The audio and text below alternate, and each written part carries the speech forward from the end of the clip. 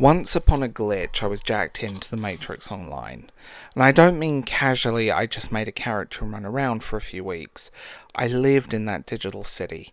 I wore the tank top and the rubber and the PVC and the trench coat. I danced in the clubs, I roleplayed in alleyways. I took screenshots of rooftops like they were postcards from another life. And in a very real way, they were. Because nothing's replaced it. No MMO, no Discord server, no Cyberpunk reboot.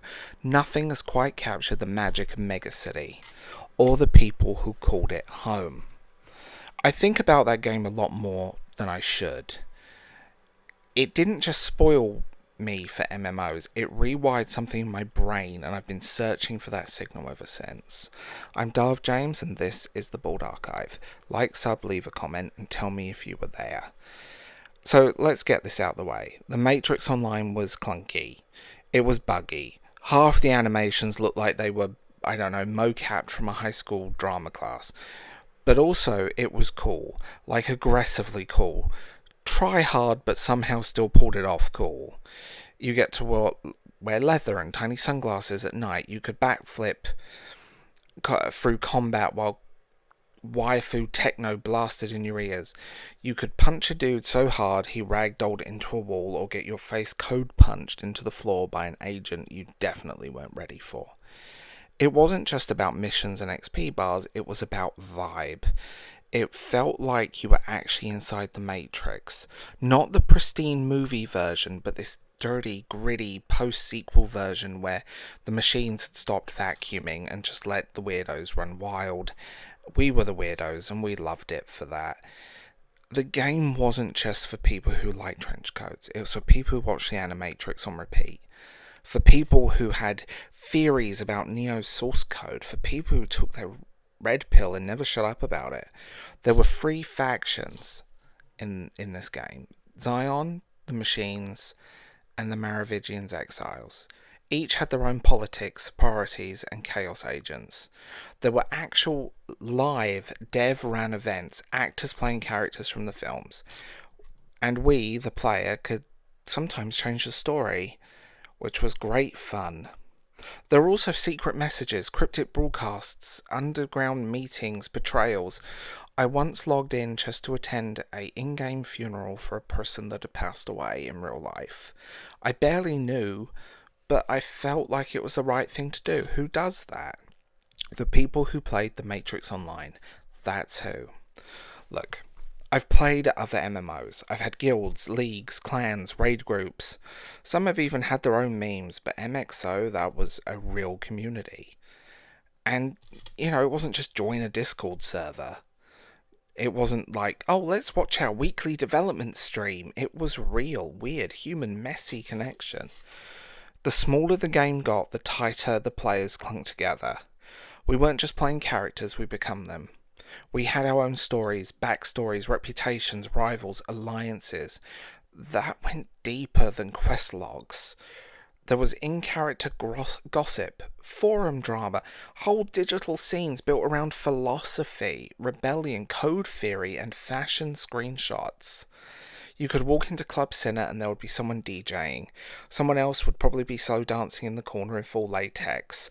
And three people were arguing about whether the Maravigian was misunderstood or just horny and French. It was chaotic, but it felt real.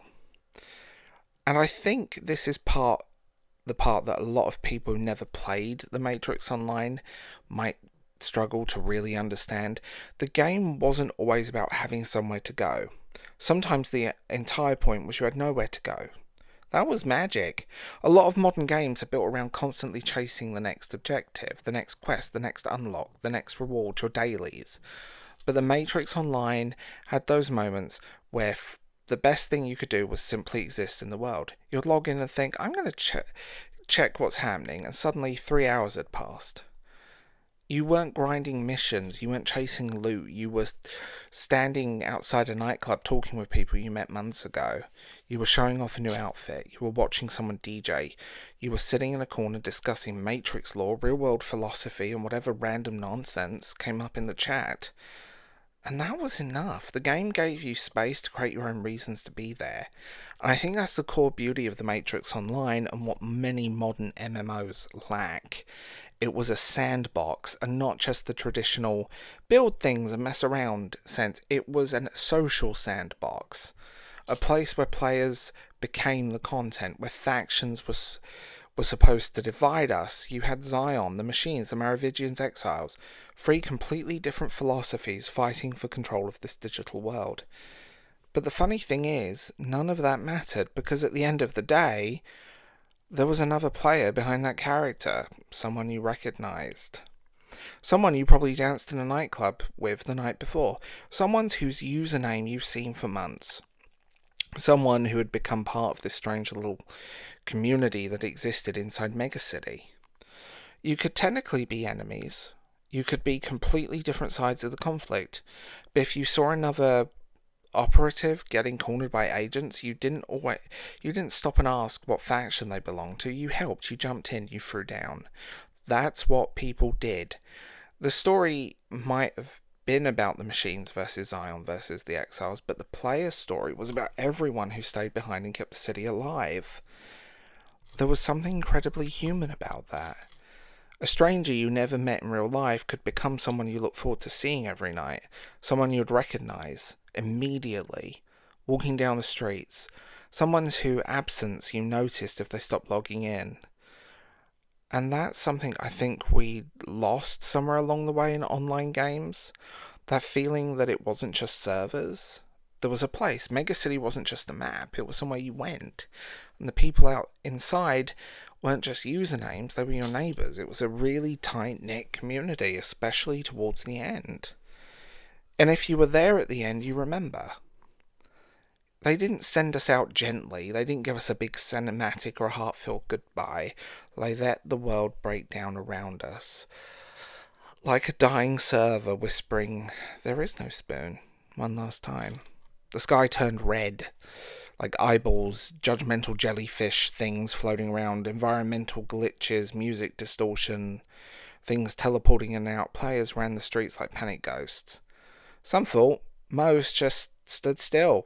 We knew what was coming. We played music. We chatted. People gathered in their favourite spots. The clubs, the rooftops, favourite locations from the films, where we spent countless hours. People emoted. They danced. They said thank you. They role-played to the very last moment. It was beautiful in the saddest way. I still remember standing there, full rubber thing going on, watching the skyline, and then nothing. Blank screen, connection lost, and just like that, Mega City was gone. And I've never found another Matrix. I've tried, I promise. I've wandered through post-apocalyptic deserts, starships, built guild halls, joined alliances, but nothing has ever matched that broken brilliance. Maybe that's the curse of nostalgia. Remembering the good so vividly that the present always feels like it's lacking something. But I don't think it's rose-tinted glasses with this. The game meant something to the people who stayed. It wasn't polished, but it had soul. It was buggy as hell, but it had vision. And most of all, it felt like it belonged to us, a weird leather-clad collection of nerds and rebels who showed up every night for no other reason than, this is kind of where we belong. So let's be real. Here's to the trench coats, the sunglasses, the latex, to the rooftop meetups, the late-night dance parties, code lore debates, to the jank, the glitches, the red pills, the blue pills, and the infinite kung fu. If you were there, you know. If you wasn't, I wish you could have seen it. And if anyone ever finds a place like that again, save me a seat in Club Cinna.